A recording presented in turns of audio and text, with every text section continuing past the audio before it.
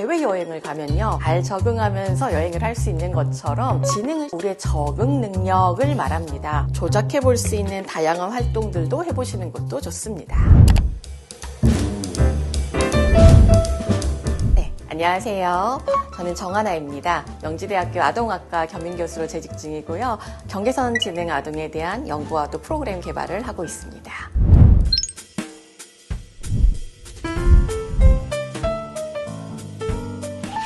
좋은 질문을 해주셨어요.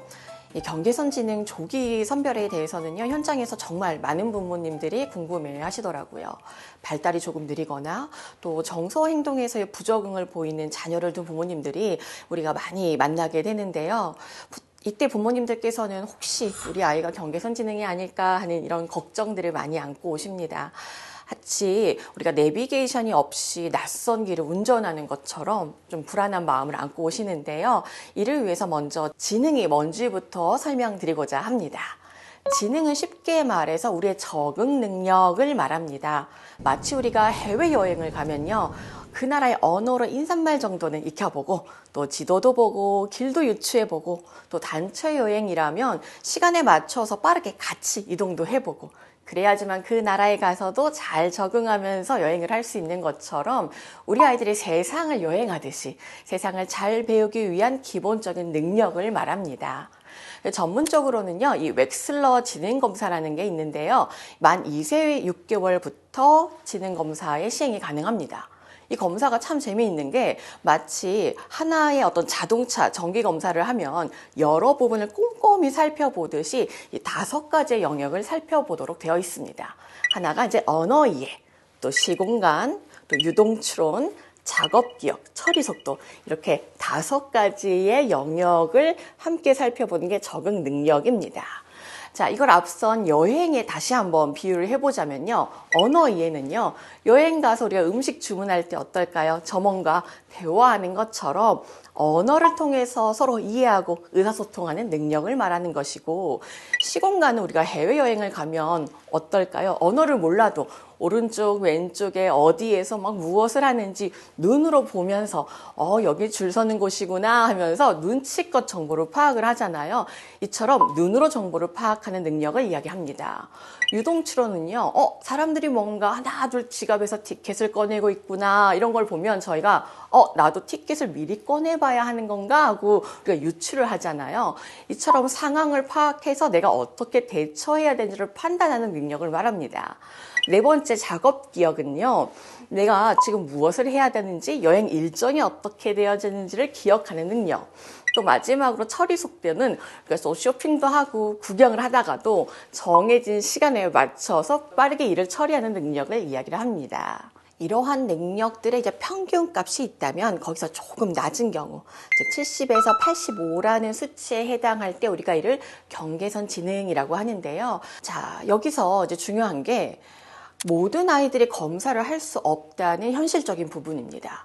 그래서 부모님이나 선생님들이 일상에서 관찰할 수 있는 부분들을 말씀드리고 싶습니다. 자, 예를 들어서 일상생활에서 아이들이 이런 행동, 또 이런 모습을 보인다면 한번 체크해 보시면 좋을 것 같아요. 예를 들어 또래랑 대화할 때 관련 없는 엉뚱한 이야기를 한다거나, 또 블록 쌓기나 그림 그리기를 할 때 또래에 비해 어려워하지는 않는지 말이죠. 재미있는 건 말이죠. 우리가 걱정하지 않으셔도 되는 게 이러한 특성들이 한두 번 나타난다고 해서 모두 경계선 지능을 말하는 건 아니에요. 모든 아이들이 모두 발달하는 과정에 있거든요. 예를 들어서 어른들도 키오스크 앞에서 우리 커피 주문할 때 어떨까요? 실패하고 당황한 적 있으시죠? 이와 같습니다. 그러니 이런 특성들이 지속적으로 또 여러 상황에서 반복되었을 때 그때는 전문가와 상담을 한번 해보시는 게 좋을 것 같습니다. 자, 그래서 부모님들께서 꼭 기억하셨으면 하는 게 있는데요. 이런 관찰은 사실 우리가 아이들을 돕기 위한 거지, 너는 경계선 지능이야, 아니야 라고 규정하고 판단하고 진단하기 위한 게 아니라는 것입니다.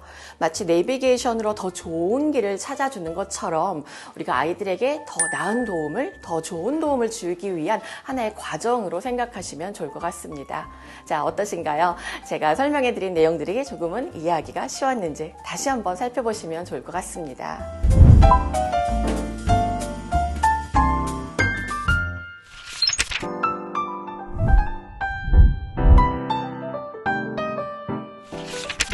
부분은 아이들의 특성을 조금 더 구체적으로 설명해 드리면 좋을 것 같아요. 자, 앞선 비유 한번 생각나시죠? 해외여행을 잘 즐기고 오는 방법이요. 자, 먼저 기본적인 말을 이해하고 표현을 해야지만 낯선 곳에서도 여행을 잘 할 수 있겠죠? 이것이 바로 언어 이해였습니다. 유아기 아이가 또래랑 비교를 했을 때 만약 배웠음에도 감자 사진을 보여줬는데도 사과라고 한다거나 양말 갖고 와라고 심부름을 시켰는데요. 멀뚱거니 서 있거나 또 엉뚱한 것을 가져올 때 또 혹은 단어만 띄엄띄엄 말하면서 자신의 생각을 잘 전달하지 못할 때가 언어 이해의 부진이 있겠구나. 그래서 우리가 좀 지속적인 관찰이 필요할 때임을 알 수 있습니다. 자, 두 번째는요, 시공간 능력입니다. 해외에서 우리가 언어를 몰라도 눈치껏 그림, 그리고 또 기호 이런 것들을 보면서요, 여기가 뭐 하는 곳이지 하면서 우리가 살아가잖아요. 이처럼 아이들이 눈으로 본 세상의 정보를 모아도 보고 또 이 모은 정보를 가지고 나름의 개념을 형성해 보는 거예요. 자, 예를 들어서 이불에 반쯤 가려진 장난감 비행기 이제 날개가 보여요. 그러면 이것만 봐도 딱 비행기네 하면서요, 머릿속에서 비행기를 그려보는 거예요. 자, 그런데 사실 유아기에는 처음부터 이 머릿속 정신의 세계에서 비행기네 하고 바로 알 수가 없습니다. 그래서 유아기에는요, 손으로 많이 시행착오의 어떤 과정을 겪어봅니다. 블록도 쌓아보고 정의도 접어보고 퍼즐도 맞춰보면서 말이죠. 그래서 만약 이 유아기 아이가 선 그리기, 블록 쌓기, 퍼즐 맞추기와 등 이런 또래에 비해서 소근육 운동이 늦을 경우에는 시공간 지능이 부진할 그 가능성을 저희가 한번 유추해 볼 수 있습니다. 자, 유동출언은요, 조금 더 우리가 생각을 해볼 수 있는 게요, 아이들이 명탐정 코난이 되어야 하는 상황이라고 할까요? 자, 주변 상황을 살펴보고요. 아, 이런 공통점이 있구나. 상황이 이런 식으로 흘러가네. 그러면 앞으로 이런 일이 벌어질 것 같군 하고요. 파악하는 능력이에요. 자, 그래서 놀이터에서 친구들이 모여서 뭔가를 하고 있어요. 그러면 그걸 보고 친구들이 뭐 하고 있나 하고 탐정처럼 어느 정도 상황을 추론도 해보고 그 다음에 이 친구들이 뭘 할지도 예측하는 능력이 바로 유동추론입니다. 그래서 이러한 상황 예측이 잘 안 된다면 상황에 맞지 않는 엉뚱하고 조금 미숙한 행동을 보일 수 있고 우리가 그것을 유동추론의 부진을 한번 의심해 볼 수 있는 관찰 지표로 삼을 수 있습니다. 자, 네 번째 작업 기억은 말이죠. 자, 방금 엄마가 뭐라고 말했지? 자, 우리 방금 어디 갔다 왔을까? 라고 물어봤는데도 아이가 방금 보고 방금 들은 것을 잘 기억하지 못하거나 또 집중하기 어려운 경우도 이와 관련이 있습니다. 마지막으로 이제 처리 속도 다섯 번째이죠. 자, 이 단어만 잘 기억하시면 됩니다. 빠르고 정확하게.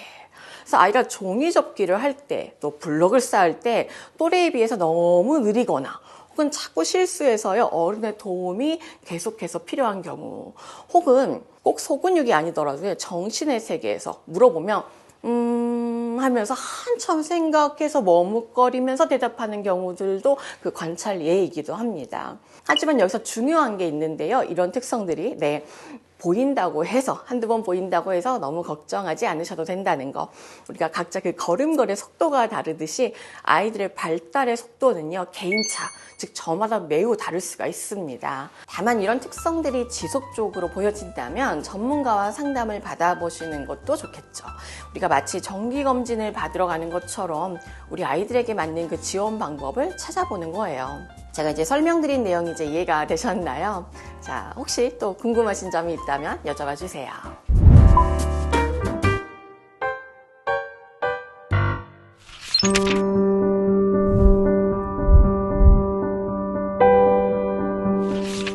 네, 아주 중요한 질문을 해주셨습니다. 우리가 마치 정원을 가꾸듯이 우리 아이들의 그 성장을 도와주는 방법들에 대해 이제 말씀드려 볼게요. 자, 우선 언어 이해 능력을 키우는 것은 마치 요리와 비슷합니다. 자, 맛있는 재료들, 그리고 또 실제 그 음식을 먹어본 경험이 있으면 어떨까요? 더 맛 좋은 요리를 우리가 해낼 수 있는 것처럼 언어 이해도 마찬가지입니다.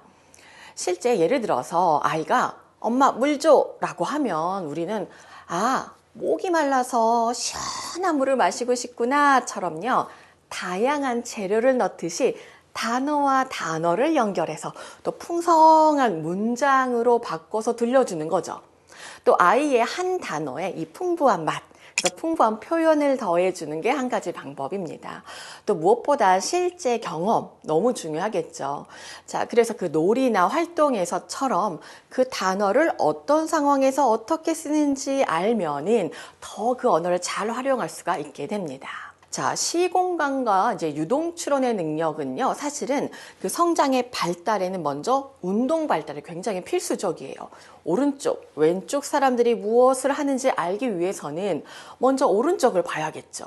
그러려면 고개를 오른쪽으로 돌려보고 또 오른쪽으로 움직여 봐야 합니다. 그래서 유아기 아이의 그 생활 연령별로요, 대근육 또 소근육의 현재 발달이 또래에 비해서 느리다면 술래잡기를 한다든지 종이접기와 블럭 쌓기를 한다든지 이 대소근육의 발달을 돕는 놀이 활동을 많이 해주시는 게 좋아요. 예를 들어서 우리가 오른쪽 왼쪽에 블럭을 쌓아보고 또 이것이 넘어졌을 때 어떤 일이 벌어지는지 추론도 해볼 수 있는 거고요. 또 연령별로 오른쪽 왼쪽으로 회전했었을 때 이 구성이 어떻게 달라지는지도 실제 시행착오를 통해서 조작해 볼 수 있는 다양한 활동들도 해보시는 것도 좋습니다. 작업 기억을 돕는 이제 의사소통의 방법은요, 제가 특별히 좋아하는 단어예요. 키스 원칙입니다. Keep it short and simple. 그래서 약어 KISS 기억하시면 되는데요. 아이에게 심부름을 시키고 또 지시를 할 때는요, 짧고 단순하게. 자, 그래서요, 이 언어가 아닌 그림을 기억하는 게 훨씬 쉽다 보니까요, 시각적인 도움을 주는 것도 괜찮습니다. 세수를 하고 수건으로 얼굴을 닦아 이때는요, 우리가 그림으로 수건, 그리고 얼굴 닦는 그림을 그려서 화장실에 딱 부착을 해놓는다면 Keep it short and simple도 지킬 수 있을 뿐더러 시각화를 통해 아이들의 작업 기억 능력도 증진시킬 수 있습니다. 자, 마지막으로 처리 속도를 높이는 건요, 마치 운동선수가 훈련하는 것과 같습니다. 여기서 중요한 건요, 따뜻한 코치처럼 접근을 하시는 거예요. 자, 운동선수들은요, 우리가 일상생활에서 우리 소근육 운동을 돕는 활동들 꾸준히 연습을 하죠. 또 동시에 3분 안에 한번 해보자 하는 것처럼 시간 제한 내에 그 게임처럼 접근하면서 또 훈련을 하기도 합니다. 이때 중요한 건 따뜻한 코치이기에 실패해도 다시 한 번만 해보자, 그래 괜찮아 하면서요, 응원을 해주는 거예요. 긴장을 하게 되면요, 오히려 이 정신과 운동의 속도가 느려질 수 있습니다. 그러니 아이가 만약 긴장하거나 힘들어한다면 깊은 이렇게 호흡을 한다거나 또 이 간단한 스트레칭을 하면서요, 이 정서적으로 마음을 편안하게 해주는 방법을 함께 활용해 보시는 것도 좋습니다.